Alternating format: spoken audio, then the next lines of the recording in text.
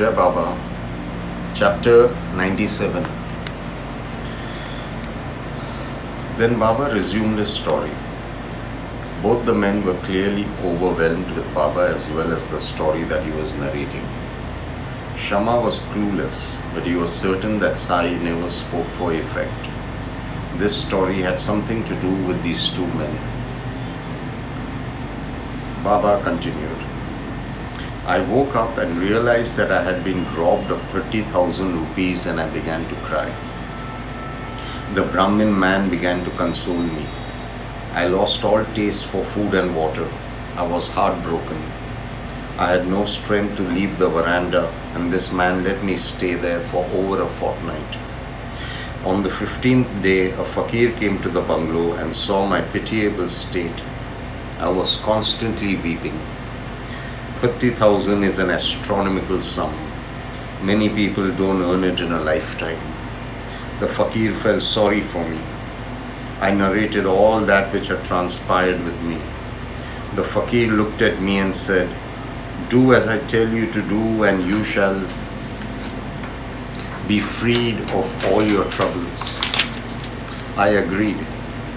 He sat down beside me and said, "There is this great Fakir, and if you obey him completely, without any doubt or agenda, he shall make sure that you get back all that you have lost." I jumped up with hope. The Fakir then continued, "But you shall have to do one thing. Till you don't get back all that you have lost, you should give up eating one item of food that you are most fond of. You will have to abstain from that one food item which you truly love, and soon you shall get back everything." I agreed, and this Fakir left. For a while I abstained from that food item and followed all his instructions, and one day the great Fakir met me and released me of all my troubles. I got back everything that I had lost. I left that bungalow and walked along the sea, and then I found a boat and wanted to board it. I was not permitted, but a kind-hearted soldier took pity on me and got me a seat on the boat. Our journey began, and in no time it reached the other side of the shore. Then I sat in a tonga and reached my home, and then I saw Masjid. Baba then halted and shut his eyes. It was clear that his story had concluded. The two men took Baba's blessings, and Sai told Shama to take them to his house for lunch. Shama took the two men to his house for a meal. For some reason, Baba wanted Shama to feed these two men, and Baba's word was the law. They sat down to eat, and in between their meal, Shama halted and looked at both the men.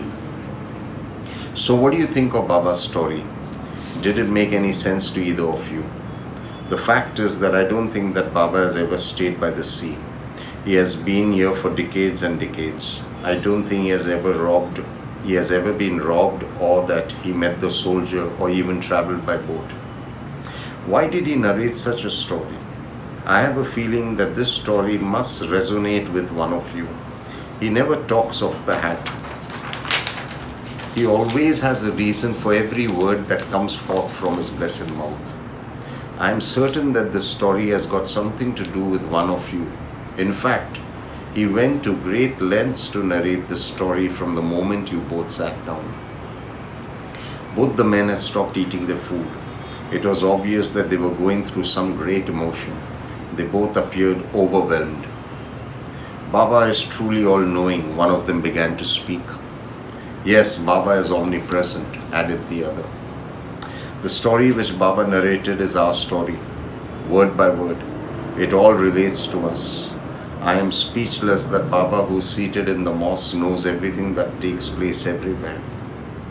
Once we finish our meal, we shall talk about the story that Baba narrated and how it has got to do with us completely." They ate the meal silently. After the meal was done with, they ate pan and began to narrate the story to Shama. "You see, I come from the Sahyadri Ghats," spoke the man from whom Baba had asked for dakshina. "I travelled all the way to Gomantak in search of some livelihood. I am a Lord Dattatray devotee. One day I prayed to Guru Datta. I prayed that, Lord Dattatray, I am in need of a job to take care of my family. Please have mercy on me and provide me with a job. If you get me a job in a short while, I promise you that I shall offer the entire salary earned of my first pay in my first job to thou. Soon thereafter, with the blessings of Lord Datta, I shortly got employment and my first salary was exactly 15 rupees. For some reason, I forgot my vow to Lord Datta. As Baba had narrated, I began to get promoted quickly at my place of work. In a short span of time, my salary doubled and kept increasing, but I had conveniently forgotten my vow. Baba reminded me of my vow and helped me to clear my dues and debt with Lord Datta. He did not ask me for money for his well-being, but he asked me for money to clear off a huge debt which I owed to Lord Datta. Shama sighed. Yes, Baba is very particular about the business of money and vows and karmic cleansing. He was reminded about Malsapati. Poor Malsa, sighed Shama, somehow managed to keep his body and soul together. He was poor and for some reason Baba wanted him to remain in poverty. Malsapati was one of Baba's greatest devotees and Baba was truly fond of him. Baba was aware that Malsapati struggled to keep the home fires burning, but for some reason Baba made sure that he remained in poverty. Baba could easily have taken care of Malsapati's financial needs. Baba distributed large sums of money to certain people every evening. Those people had become affluent by receiving the money they received from Baba. Tatya had purchased large quantities of land solely from the money provided to him by Baba every evening. Baba could have easily given Malsapati money too, but Baba did not. Of course, Malsapati was a great soul. In spite of all his financial difficulties, not once had he asked Baba for any kind of help. Yes, he wore the cloak of poverty with great dignity, and Shama was aware that Baba was very proud of Malsapati. Once Hansraj had decided to give Malsapati some money. Hansraj was a very wealthy trader and a kind-hearted man. Seeing Malsapati's financial situation, he wanted to help the former. One day, in the presence of Baba, Hansraj gave Malsapati a large sum of money.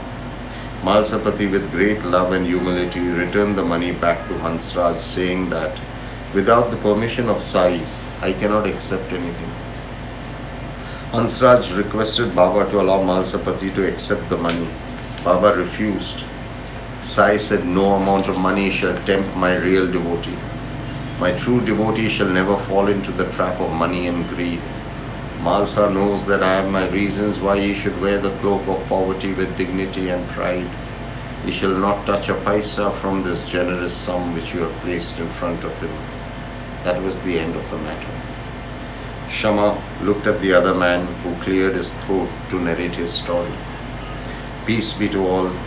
Baba bless us that we always make him happy and proud of us and do not fall in the trappings of greed, and if we have to wear the cloak of poverty and hardship, that we do so with great dignity and humility.